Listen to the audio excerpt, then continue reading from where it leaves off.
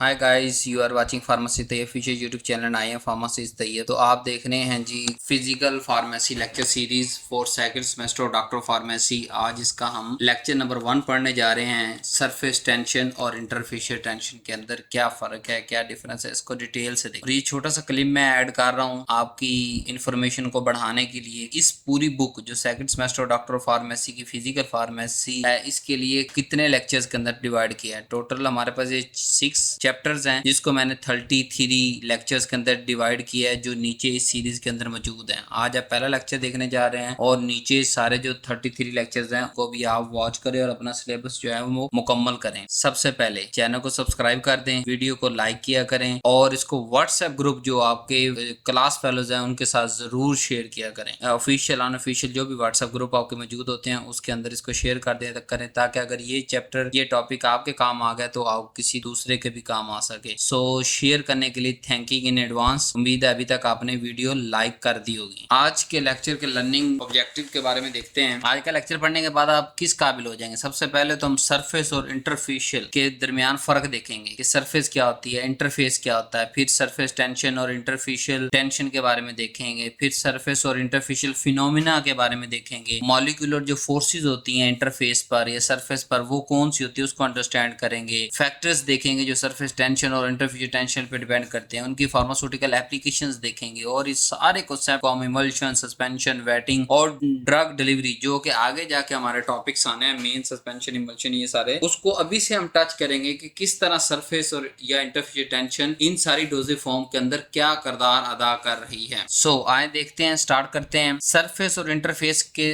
अंदर क्या फर्क है, क्या डिफरेंस है जी। When two immiscible phase are in contact with each other the boundary between them is referred as interface. यानी जब कोई दो फेस किसे हम कहते हैं, ये जो लिक्विड एक फेस है, ऑयल एक फेस है, सॉलिड एक फेस है, गैस एक फेस है। तो जब भी कोई दो इमिसिबल फेस वो एक दूसरे के कांटेक्ट के अंदर जब आएंगे, एक दूसरे के पास आएंगे, एक ही बर्तन के अंदर आएंगे या एक ही जगह के अंदर आएंगे, तो क्या होगा, जो उनके दरमियान बाउंड्री बनेगी, क्योंकि वो इमिसिबल है, वो मिक्स तो हो नहीं सकते। अगर ये मिसिबल होते तो एक दूसरे के अंदर मिक्स हो जाते, जैसे सोल्यूशन बन जाता है सोल्यूट और सॉल्वेंट को मिक्स करने से, वो होता है मिसिबल। अब ये दोनों जो फेसेस हैं ये इमिसिबल हैं। अब इमिसिबल हैं तो क्या होगा, एक साइड पे रहेगी, दूसरी साइड पे रहेगी, और इन दोनों के दरमियान एक बाउंड्री बनेगी। उस बाउंड्री को हम कहते हैं इंटरफेस। तो दुनिया की हर तरह की दो जो इमिसिबल फेस हैं उसके दरमियान बनने वाली बाउंड्री को हम कहते हैं इंटरफेस। ऑयल और वाटर के दरमियान, सॉलिड और लिक्विड के दरमियान, सॉलिड के दरमियान, सॉलिड गैस के दरमियान या लिक्विड गैस के दरमियान। इन पांचों कंडीशन जो नीचे मैंने शो की हैं, इनकी जो बाउंड्री बन रही है रेड कलर की, इसको हम जो कॉमन नाम देते हैं उसे इंटरफेस कहते हैं। लेकिन ठहरे, यहाँ पे एक छोटी सी तब्दीली है। क्या कि अगर वो जो दो फेस हैं जो आपस में इन कांटेक्ट आ रहे हैं, एक दूसरे के पास आ रहे हैं, उनमें से अगर एक फेस गैस या वेपर है तो उस इंटरफेस को जो बाउंड्री होगी उसको हम सरफेस कह दे। तो हर तरह की बाउंड्री जो दो इमिसिबल फेस के पास आने की वजह से बनेगी उसको हम कहते हैं इंटरफेस। और स्पेशल वो वाले इंटरफेस जिसके अंदर एक गैस या वेपर फेस हो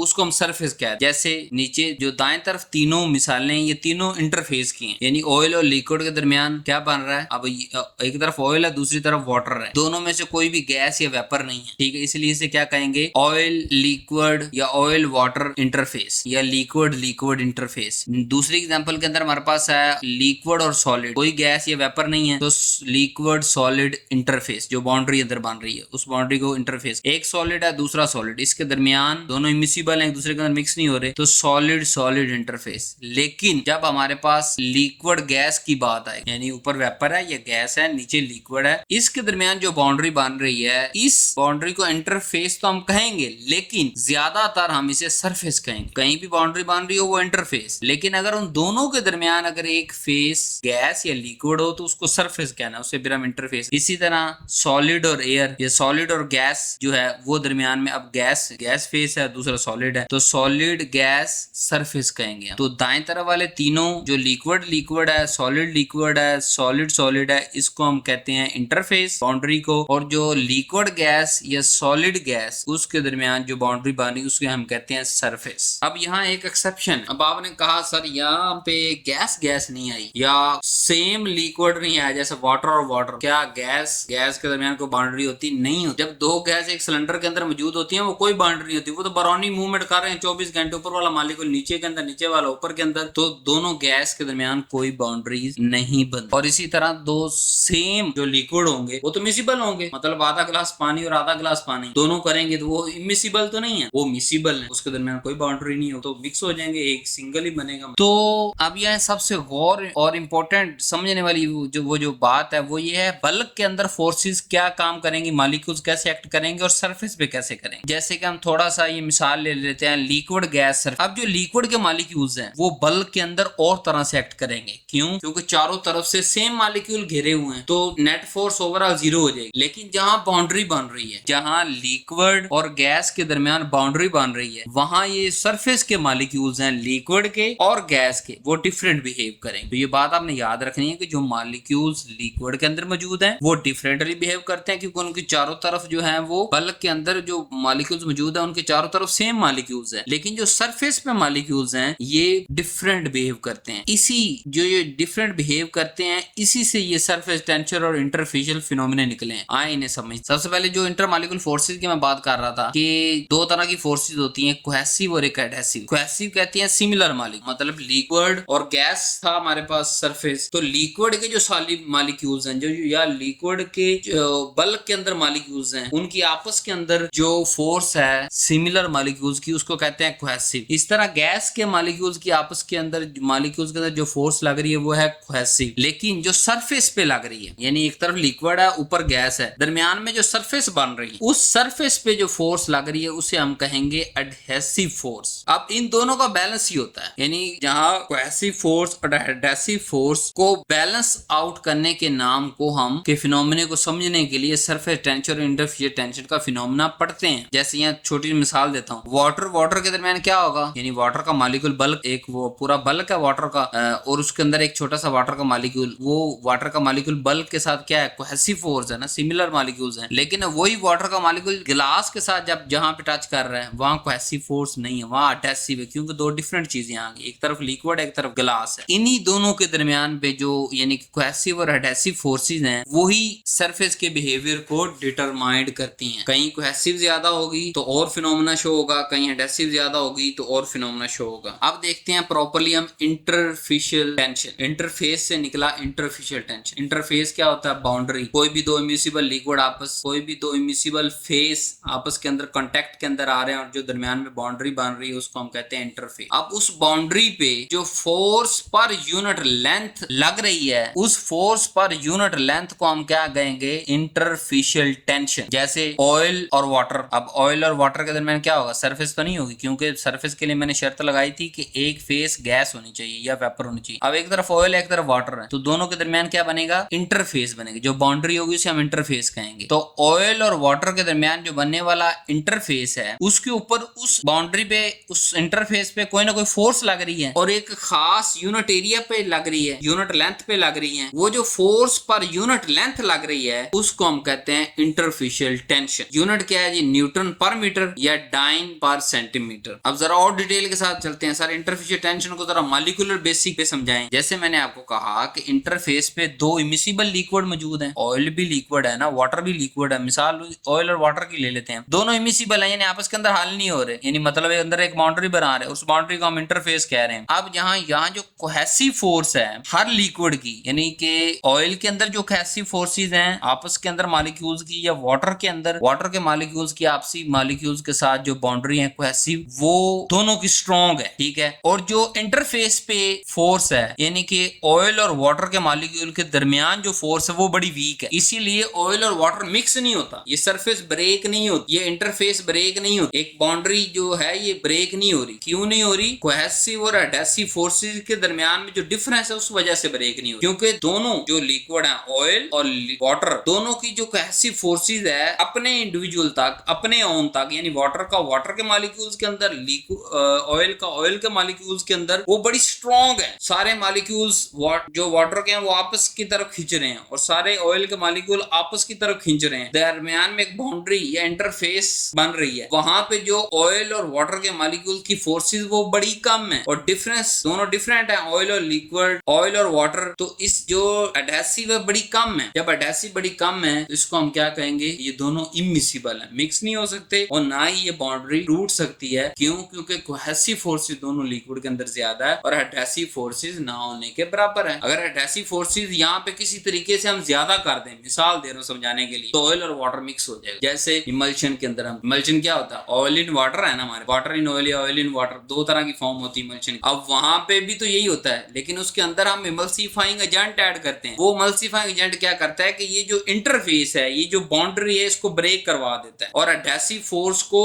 ज्यादा कर देता है। एडहेसिव फोर्स मतलब ऑयल और वाटर के मॉलिक्यूल्स के दरमियान जो फोर्स है उसको ज्यादा कर देता है as compared to cohesive force, जिसकी वजह से वो क्या होगा, मिक्स होकर एक डोजेज फॉर्म इमल्शन की शक्ल इख्तियार। अब जो फैक्टर है वो क्या इफेक्ट करते हैं, नंबर 1 दोनों लिक्विड की नेचर, जैसे मैंने शर्त लगा रहा हूं कि इमिसिबल होनी चाहिए। अगर मिसिबल है तो फिर तो इंटरफिशियल फिनोमेना या इंटरफिशियल टेंशन की हम सोच ही नहीं सकते, ठीक है। दूसरा टेम्परेचर, टेम्परेचर की बुनियाद पे भी जो है वो हम उसको नोट करते हैं और टेम्परेचर के बढ़ाने या कम करने से भी बड़ा फर्क आता है। आगे मैं डिटेल के साथ पढ़ा। फिर जैसे मिसाल दे दी इमल्सिफायर के, ऑयल और वाटर जो है इमल्शन के अंदर मिक्स हो जाता है, ठीक है, किसकी वजह से, इमल्सिफायर डालने। इसी तरह सरफेक्टेंट, सरफेस एक्टिव एजेंट, वो भी यही काम करता है। उसके अलावा दोनों फेस की म्यूचुअल सोलेबिलिटी क्या है, यानी आपस के अंदर सोलेबल हो रहे हैं, नहीं हो रहे, बिल्कुल नहीं हो रहे, इसलिए तो इमिसिबल हमने कहा। तो ये सारे फैक्टर इफेक्ट करते हैं जिनकी वजह से ये सरफेस और इंटरफेस टेंशन का जो फिनोमेना हमारे सामने आता है। और फिर concentration of surface active agent के एक खास अमाउंट सरफेस एक्टिव एजेंट या सरफेक्टेंट या इमल्सिफायर की डालेंगे तो उसके बाद ही ये इंटरफेस ब्रेक हो सकेगी और वो कोई सी डोजेज फॉर्म की शक्ल इख्तियार करेगी, नहीं तो दोनों अलग अलग पड़े रह जाएंगे। क्यों? क्योंकि ये सरफेक्टेंट या जो इमल्सिफायर है ये इंटरफेस टेंशन को कम कर। अब सरफेस टेंशन क्या होती है, वो दो केस आपको याद आ जाने चाहिए। सरफेस कहाँ वर्ड हम यूज करते हैं, स्पेशल लिक्विड गैस के दरमियान और सॉलिड गैस के दरमियान हम जो इंटर बाउंड्री बन रही होती है उसको हम कहते हैं सरफेस। तो उस सरफेस पे जो फोर्स पर यूनिट लग रही है सरफेस ऑफ लिक्विड पर, और वो जो फोर्स पर यूनिट है वो उस लिक्विड को मजबूर कर रही है कि अपना सरफेस एरिया कम करे, उसको हम कहते हैं सरफेस टेंशन। यानी फोर्स एक खास यानी यूनिट लेंथ एरिया पे जो लग रही है और वो लिक्विड को मजबूर कर रही है कि वो लिक्विड अपना सरफेस एरिया कम करे, श्रिंक करे, एक स्किन सरफेस बना दे, एक स्किन टाइप एक बाउंड्री बना दे दरमियान, उसको हम कहते हैं सरफेस टेंशन। न्यूटन पर मीटर और डाइन पर सेंटीमीटर। जैसे वाटर का ड्रॉपलेट जो है स्फीरिकल फॉर्म हो जाता है सरफेस टेंशन की वजह से, यानी बारिश का पानी गिर रहा है या किसी छत से वाटर गिराए तो उसके सरफेस, उसके जो मॉलिक्यूल्स हैं वो स्फीरिकल हो जाते हैं। क्यों? क्योंकि जब वो हवा के अंदर आ रहा है, बाहर फेस क्या सारी हवा और वाटर का मॉलिक्यूल अंदर आ रहा है, तो क्या लफ्ज इस्तेमाल करेंगे, ये जो बाउंड्री वाटर और एयर के दरमियान बन रही है ये क्या है, सरफेस। अब सरफेस पे क्या होगा, एयर के जो मॉलिक्यूल्स हैं वो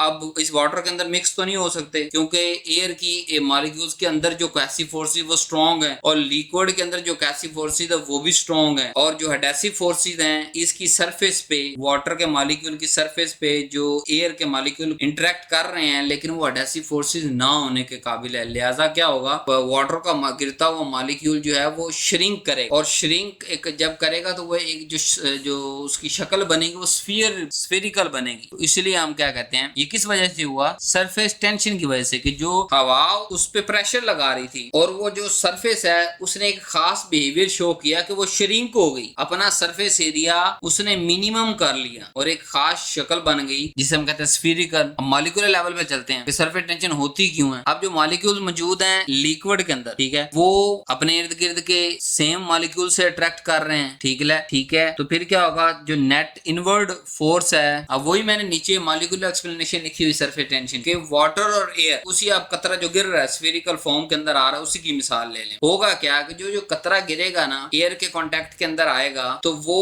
वाटर का जो मॉलिक्यूल होगा वो आपस के अंदर श्रिंक हो जाए और एक सरफेस बन जाएगी उसकी सरफेस, और एयर के मॉलिक्यूल चारों तरफ मौजूद हैं लेकिन वो इसके अंदर नहीं घुस सकते। क्यों? क्योंकि एक बाउंड्री बन गई। यानी जो सरफेस पे फोर्स लग रही है एयर की तरफ से वो बड़ी वीक है, या जिसे हम एडहेसिव फोर्स कहते हैं, वो बड़ी कमजोर है, जबकि जो वाटर के मॉलिक्यूल उस कतरे के अंदर जो वाटर के मॉलिक्यूल्स हैं उनकी जो आपस के अंदर बॉन्डिंग है वो बड़ी मजबूत है, वो श्रिंक हो जाएंगे और एक क्या होगा, एक स्फीरिकल फॉर्म बना लेंगे। अब एक्चुअली ये अगर सादा जबान में कहा जाए तो ये दोनों फेसेस के दरमियान क्या हुआ, एक तो दोनों फेसेस ये इमिसिबल है, दूसरा दोनों फेस में से एक फेस क्या है, गैस है, इसीलिए इसको हम सरफेस कह रहे हैं। यानी वाटर और एयर के दरमियान जो बाउंड्री बन रही है उसको हम सरफेस कह रहे हैं। यहाँ सादा लफ्जों के अंदर हम ये कह सकते हैं कि जो कोहेसिव फोर्सेज हैं वो ज्यादा हैं as compared to adhesive forces, इसीलिए वो श्रिंक हो रहा है, श्रिंक होकर स्फीरिकल फॉर्म बना रहा है, एक स्ट्रेच्ड मेम्ब्रेन बना रहा है सरफेस। अब सरफेस टेंशन की वजह से क्या होता है, जैसे पहला हम पढ़ चुके हैं कि स्फीरिकल ड्रॉपलेट बनते हैं, दूसरा के वाटर के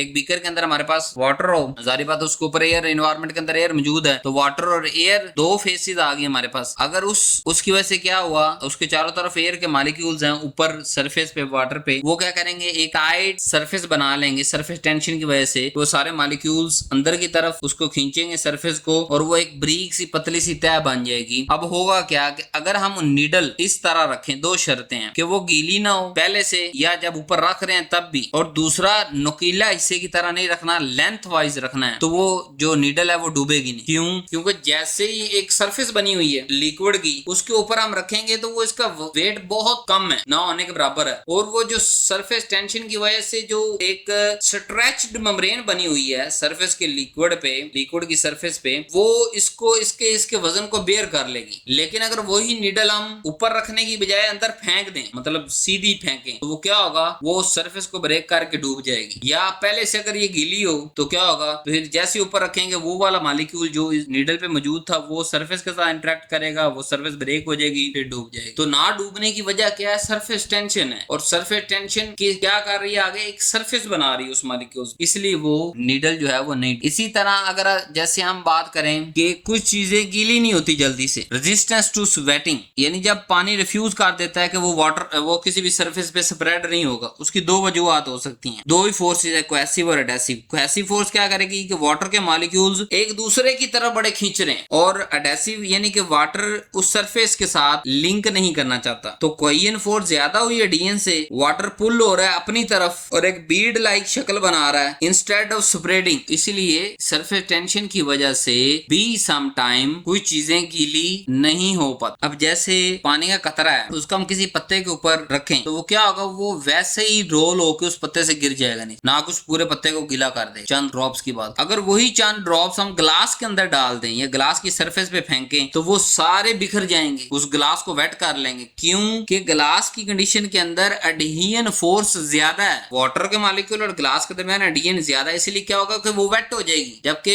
लीफ पत्ते की जो एग्जांपल ली के पत्ते के ऊपर चंद ड्रॉप फेंके तो वैसे ही रोल ऑफ होके नीचे गिर जाएंगे, बीड की शक्ल बना लेंगे। क्यों? क्योंकि वहां पत्ते और वाटर के दरमियान एडहियन कम होती है। कैपिलरी एक्शन की बात करते हैं कि किस तरह surface tension capillary action show करता है। कैपिलरी एक्शन होता क्या है कि लिक्विड का climbing up thin tube on its own, कि किसी भी ब्रीक सी ट्यूब के अंदर से पानी को ऊपर चढ़ते चला जाना। जैसे मिसालें मैं आपको कई सारी दे सकता हूँ, एज ए फिनोमेना भी जो है कैपिलरी एक्शन हम यूज करते हैं। अब ये क्यों होता है, ये भी इसी वजह से हो रहा है कि जो एडहियन है वाटर के मॉलिक्यूल की ट्यूब के दीवारों के साथ वो ज्यादा है, इसीलिए क्या होगा कि वो अपनी तरफ से वाटर उस ग्लास पे बिखरने की कोशिश कर रहा है, ठीक है, और पीछे से जो मॉलिक्यूल है वो भी उसको अपनी तरफ खींचते चले जा रहे हैं। पानी और बिखर रहा है, थोड़ा सा आगे पीछे वाले मॉलिक्यूल और ज्यादा उसके पास आ रहे हैं, और बिखर रहा है और आ रहे हैं। वो हमें ऐसे लग रहा होता है कि जैसे पानी नीचे से ऊपर जा रहा है, क्लाइंबिंग अप कर रहा है, या कैपिलरी एक्शन शो कर रहा है। तो यहाँ पे एडहियन और कोहेजन का कि उस सरफेस जो ट्यूब की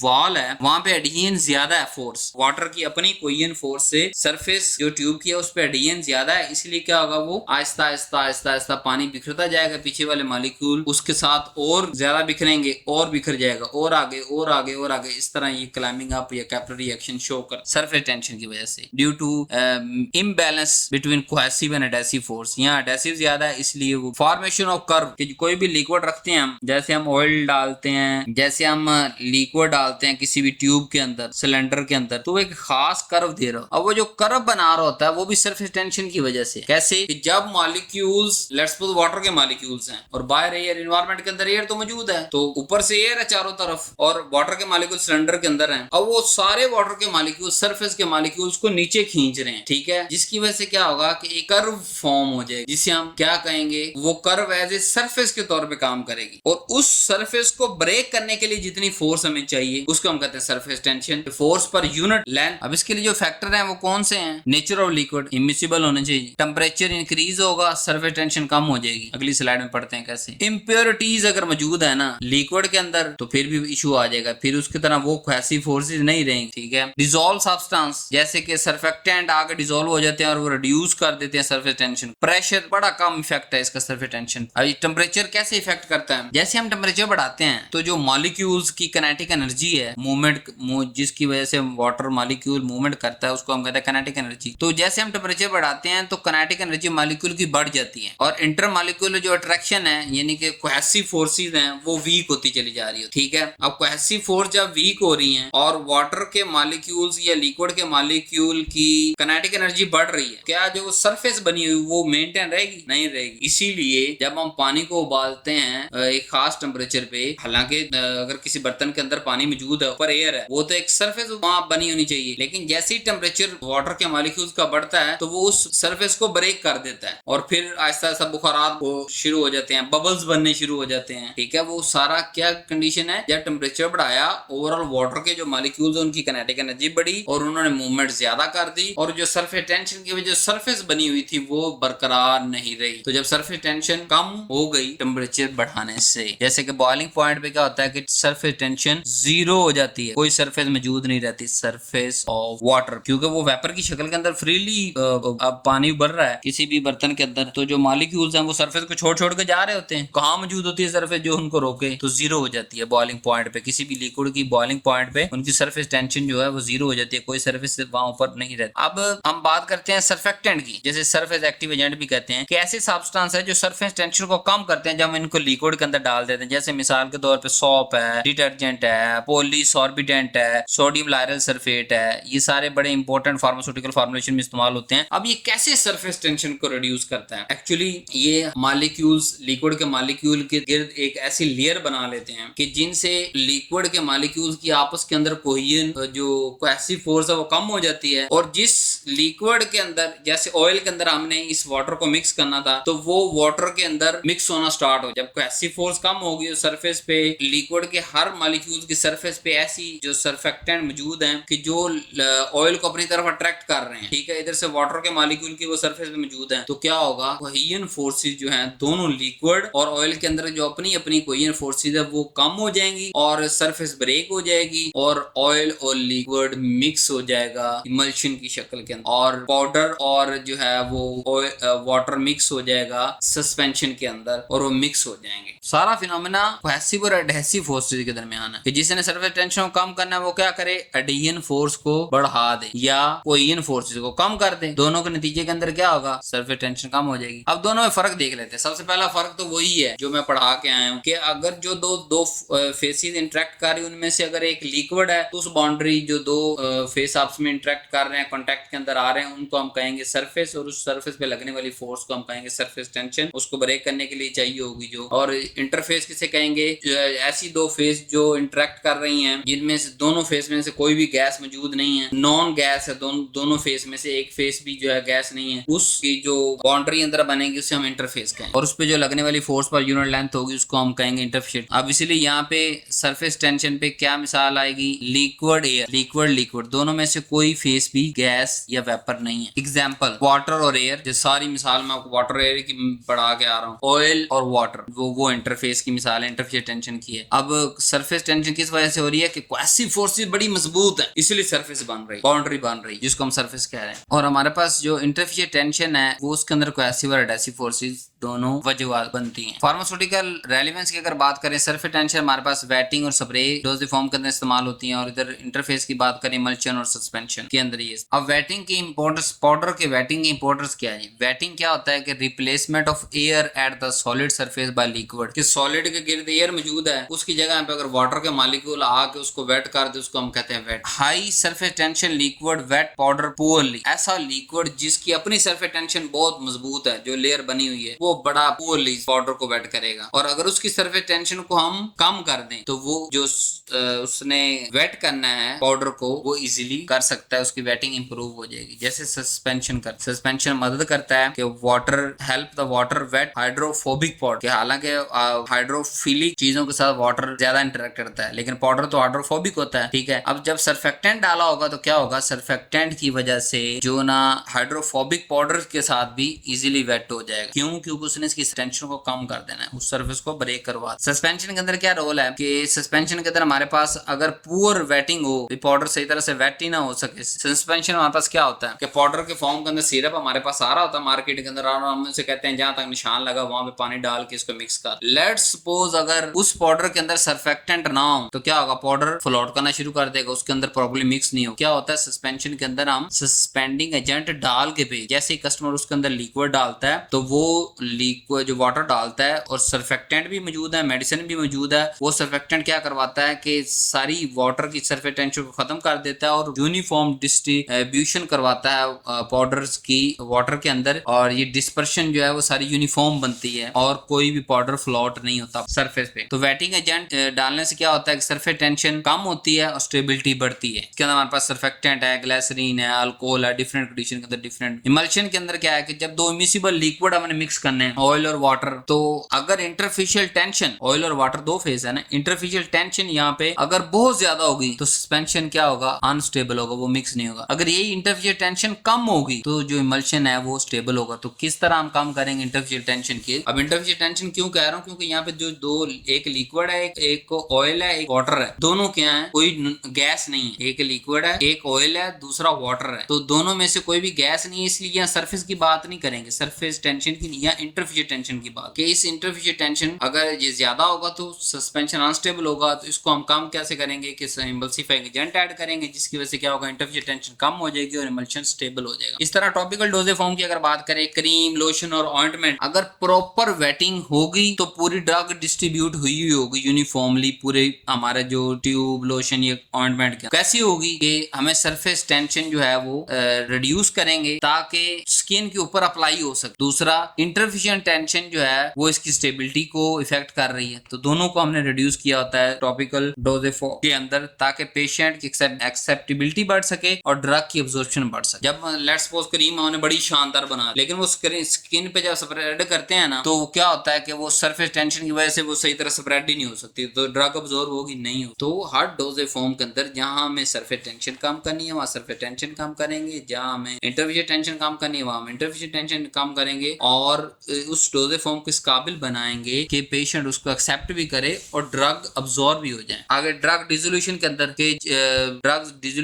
क्या कहते हैं, हम सरफेस टेंशन को लोअर कर, जिससे क्या होगा, सबसे बड़ा फायदा कि जो सॉलिड ड्रग पार्टिकल्स हैं उनको वेटिंग करना आसान हो जाएगा, या उनकी वेटिंग इंप्रूव हो जाएगी। फिर जब उनकी वेटिंग इंप्रूव होगी, उनका जो सरफेस एरिया है वो इफेक्टिव सरफेस एरिया इंक्रीज हो जाएगा, ठीक है, और डिसोल्यूशन रेट इनहांस हो जाएगा, जल्दी डिसोल्व हो जाएंगे, और बायोअवेलेबिलिटी भी, जब डिसोल्यूशन रेट अच्छा होगा यानी जल्दी डिसोल्व हो जाएंगे तो बायोअवेलेबिलिटी अच्छी आएगी, हमारे पास जल्दी वो ब्लड तक पहुंच जाएगी। तो सर्फेक्टेंट ऐड करते हैं कोई भी अगर पूर्ली सोलुबल ड्रग हो उसके अंदर, ताकि वो उसकी सरफेस टेंशन को कम कर सके। इसी तरह अगर एरोसॉल स्प्रे की अगर बात करें तो सरफेस टेंशन इफेक्ट करती है नंबर 1 ड्रॉपलेट फॉर्मेशन, फिर स्प्रे पैटर्न भी यही डिसाइड करता है, एटमाइजेशन एफिशिएंसी भी यही डिसाइड करता है, और प्रॉपर सरफेस टेंशन हो तो फाइन ड्रॉपलेट बनेंगे इनहेलेशन और टॉपिकल स्प्रे के, फिर ही वो दवाई हमारे पास इफेक्टिव होगी। अगर वो फाइन ड्रॉपलेट ना बने तो ये डोजेज फॉर्म अपना काम नहीं कर पाएगी। तो ये आगे जो हम डोजेज फॉर्म पढ़ेंगे उनके अंदर डिटेल के साथ आपको पढ़ाऊंगा किस तरह ये ड्रॉपलेट फॉर्मेशन, स्प्रे पैटर्न या एटमाइजेशन क्या होता है, उसकी एफिशिएंसी कैसे इंप्रूव होती है, वो सारी आगे। यहाँ समझने की बात ये कि ये सारे फिनोमेना सरफेस टेंशन की वजह से हम कर रहे हैं, ये सारी चीजें इस पे डिपेंड करती हैं, इफेक्ट होती हैं। अब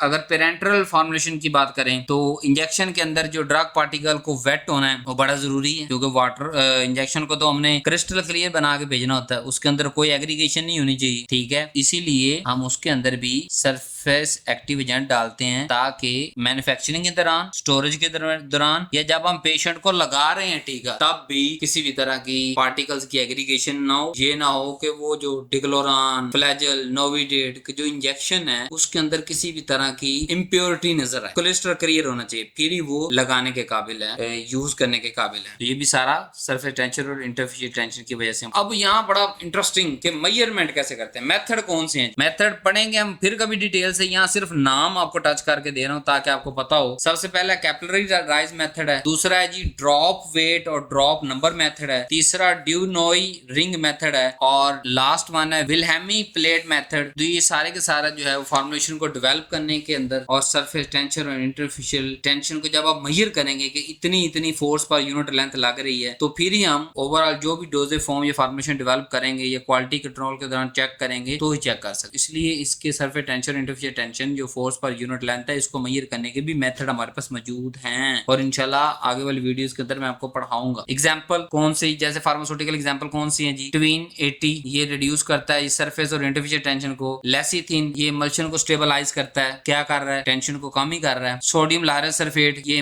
वेटिंग को इंप्रूव करता है, किस तरह कर रहा है, सरफेस टेंशन इंटरफिशियल टेंशन कम करके। पोलोक्सिमर ये यूज होते हैं ड्रग डिलीवरी सिस्टम के अंदर ताकि सरफेस टेंशन इंटरफिशियल टेंशन स्टेबल, जो ड्रग डिलीवरी सिस्टम है वो स्टेबलाइज फॉर्म में रह सके। तो आज की वीडियो के अंदर हमने सिर्फ इंट्रोडक्शन देखा सरफेस टेंशन और इंटरफिशियल टेंशन। अब आगे हम इनको पहले चैप्टर की तरफ शिफ्ट हो जाएंगे। पहले चैप्टर के अंदर इसका इंट्रोडक्शन था और 2 लेक्चर और आएंगे इस चैप्टर को कंप्लीट करने के लिए। ये इसका डिफरेंस समझना बड़ा जरूरी है। पूरी किताब के अंदर बार बार यही बातें बार बार आनी थी, इसलिए आपका कॉन्सेप्ट मैंने क्लियर करवा दिया है। और खुशखबरी की बात यह है, वैसे तो आप लेक्चर नंबर 1 सुन रहे हैं, लेकिन बुक हमारी जो फिजिकल फार्मेसी 2 की वो अवेलेबल है। 2 सादा से तरीके हैं, व्हाट्सएप नंबर लिखा हुआ हर स्लाइड के नीचे आ रहा है, इस पे राब्ता करें और बुक परचेज करें। अब बुक है कहाँ पे, वेबसाइट पे है। जैसे ये नीचे यूट्यूब का चैनल का नाम आ रहा है ना फार्मेसी तैयब ऑफिशियल, इसे क्या .com लगा देना, नहीं फार्मेसी तैयब official.com, तो वेबसाइट पे वहां पे मौजूद होता क्या, प्रोसीजर क्या, एक सादा सा समझा दूं आपको अंडरस्टैंडिंग के लिए कि जो भी जीमेल आपका अकाउंट चल रहा है सालों साल से आपके फोन के अंदर, उस जीमेल के अकाउंट पे फेसबुक, लिंक्डइन या दूसरों की तरह हमारी वेबसाइट पे आपका अकाउंट बन जाता है। जैसे आपका अकाउंट बनता है उसके अंदर आपको जो बुक चाहिए होती है वो आपको अलॉट कर दी जाती है, साइन कर दी जाती है, आपको वो कोर्स शो करवा दिया जाता है। तो आप जहां मर्जी मौजूद है, गार्डन के अंदर, आप स्कूल के अंदर है, लाइब्रेरी के अंदर है, यूनिवर्सिटी के अंदर है, या कहीं सफर कर रहे हैं, तो आप कहीं भी जो है उस बुक को ओपन करके उससे फायदा या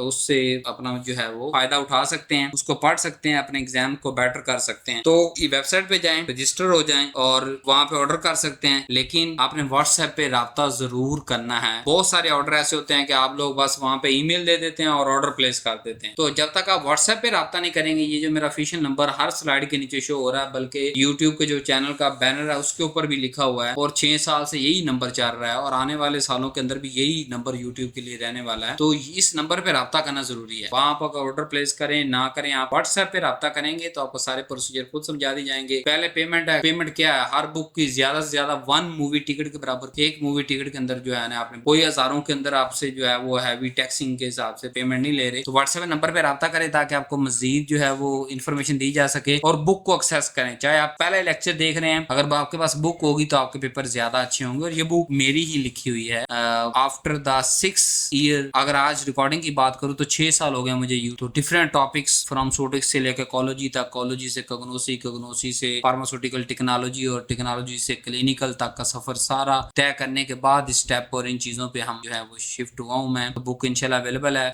सेकंड सेमेस्टर की बाकी बुक्स भी अवेलेबल हैं और बाकी सीरीज भी अवेलेबल है। अगर आप किसी दूसरी बुक की वीडियोस देखना चाहते हैं तो इसी सीरीज के अंदर आप देखेंगे कि आगे जो मेन यूट्यूब का शो हो रहा है फिजिकल फार्मेसी, जैसे आप ये देख रहे हैं सेकंड सेमेस्टर, इस तरह फिजियोलॉजी की सेकंड सेमेस्टर की मौजूद है। इसी तरह जो है वो हमारी जो दूसरी बुक्स हैं उस पे हमारी जो है सीरीज मौजूद है। तो आपको जो भी बुक के लेक्चर्स चाहिए या जो है वो आपको बुक चाहिए एज इट इज, तो आप राब्ता कर सकते हैं हमारे साथ WhatsApp. Thank you very much. इंशाल्लाह नेक्स्ट नीचे वाले लेक्चर के अंदर मुलाकात होती है। अपना ध्यान रखिएगा और अपने साथ रहने वालों की सेहत का ध्यान रखिएगा। उम्मीद है अभी तक आपने चैनल सब्सक्राइब कर दिया होगा, वीडियो को लाइक कर दिया होगा और नीचे कमेंट कर दिया होगा और इसको व्हाट्सएप पे शेयर कर दिया होगा। उसके लिए thanking in advance. Love you so much. अल्लाह हाफिज़।